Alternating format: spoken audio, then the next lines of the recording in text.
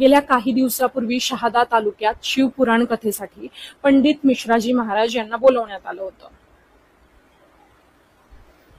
7-8 दिवसाच्या कथेची फी होती 55 लाख रुपये। बरं, कथेवर ते काहीच बोलत नव्हते, ते बोलत होते तोडग्यांवर, आणि त्यांचा तोडगा वापरून लोकांना कसे चांगले अनुभव आले त्या चिठ्ठ्या वाचून दाखवण्याचं काम सुरू होतं। बरं, काही असे सांगून ठेवलेले उमेदवार होते तिथे, जे सांगत होते की आम्ही असं असं केल्याने आम्हाला हा फायदा झाला। देवाला मागे ठेवत होते, स्वतः पुढे बसत होते। शिवपुराणावर काहीच चर्चा नाही। आपल्याला वाटतं की साधू संत येती घरातोची दिवाळी दसरा। जर तुम्हाला वाटलं की यांनी तुमच्या घरात यावं, चहा प्यावा, तर त्याची चहा पिण्याची फीस किती होती माहिती? 5 लाख रुपये। मग 7-8 दिवस ज्यांच्या घरी ते मुक्कामाने होते त्यांच्याकडून किती घेतले असतील?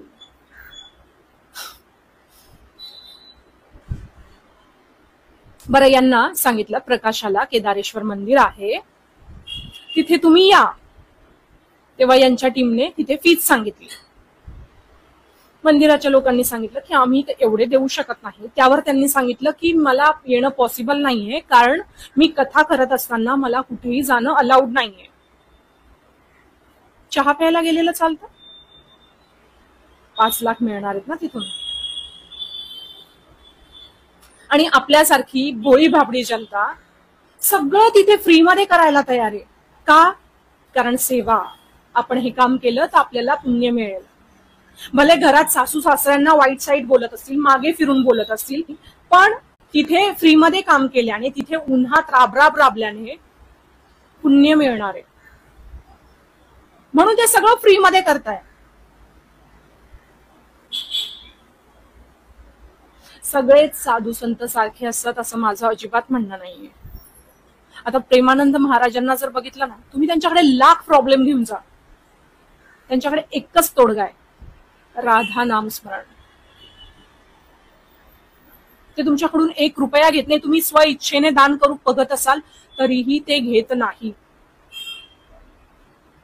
आणि इथे तर यांची लिस्ट आहे, हे करण्याचे एवढे लाख, ते करण्याचे तेवढे लाख। 7-8 दिवसात आलेलं दान किती होतं माहिती? 21 कोटी रुपये। आता यातले 1 कोटी महाराजांनी नेले असतील असं आपण समजू, बाकीचे 20 कोटी कोणाच्या खिशात गेले? आता तरी डोळ्यावरची पट्टी काढा। आंधळा विश्वास जो तुम्ही ठेवताय, बस मला जे सांगायचं होतं ते सांगून झालं। एवढं करूनही तुम्हाला आहे त्याच रस्त्यावर जायचं असेल तर गुड लक। मित्रांनो, वर्षा राणी पटेल या कलाकार आहेत आणि त्यांनी जी आकडेवारी सांगितलेली आहे ती आकडेवारी ऍक्च्युअल किती आहे याबाबत आपल्याला कल्पना नाही।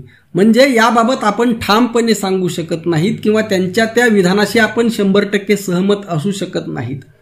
परंतु वर्षा राणी पटेल यांनी जी आकडेवारी सांगितलेली आहे त्यामध्ये खाली होईल वर होईल, लक्षात ठेवा। त्यामध्ये 10-5 रुपये कमी होतील, जास्त होतील, परंतु ही उलाढाल लाखोमध्ये कोट्यामध्ये आहे। याबाबत मात्र कसलंही दुमत नाही, लक्षात ठेवा। म्हणजे येथील बहुजन समाजाची प्रचंड प्रमाणामध्ये लूट सुरू आहे वेगवेगळ्या माध्यमातून, अशा कथाकारांच्या माध्यमातून।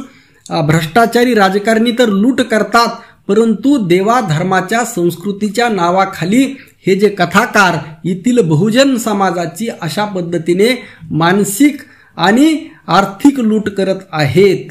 आणि मित्रांनो, एकीकडे त्यांनी प्रेमानंद महाराज यांचं उदाहरण दिलेलं आहे। प्रेमानंद महाराज अगदी आजच्या काळामध्ये भक्त कसा असावा, आजच्या काळामध्ये भक्ती कशी असावी याचं मूर्तिमंत उदाहरण म्हणजे प्रेमानंद महाराज आहेत।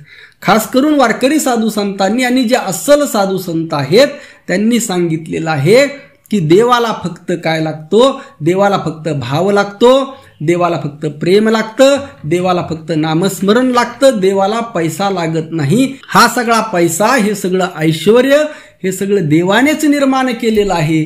आणि जर देवाच्या नावाखाली, धर्माच्या नावाखाली तुमची जर अशी कोणी लूट करत असेल, आणि ऐकणाऱ्यांनो लक्षात ठेवा, तुम्ही जर अशा लोकांना पैसे देत असाल तर तुकाराम महाराज म्हणतात की तुम्हाला निश्चितपणे नरकामध्ये जावं लागेल. तुका म्हणे द्रव्य घेती देती तेही नरका जाती. त्यामुळे आकडेवारी कमी जास्त होईल, परंतु आपण त्या अनुप्रिया पटेल यांच्या मताशी 100% सहमत आहोत. आकडेवारीशी सहमत नाही, आकडेवारी कमी जास्त होईल, परंतु त्यांनी जो सांगितलेला भावार्थ आहे त्याच्याशी मात्र मी 100% सहमत आहे. लक्षात ठेवा.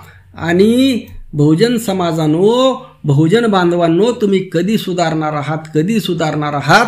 हे लोक आपल्याला गुलाम बनवत आहेत. हे लोक आपल्याला अंधश्रद्धेच्या, अज्ञानाच्या मार्गाने घेऊन जात आहेत. असं असताना सुद्धा तुम्ही त्यांच्या मागे मागे पळता, त्यांचे गुलाम होता. कधी सुधारणार? अरे वारकरी साधू संतांनी काय सांगितलेलं आहे किमान ते तरी पहा आणि सुधरा. तुम्ही सुधारणार नाहीत माहीत आहे, तरी सुद्धा वारकरी साधू संतांच्या आदेशानुसार हा चाललेला प्रयत्न. रामकृष्ण हरी. जय जगद्गुरु. जय शिवराय. जय भीम.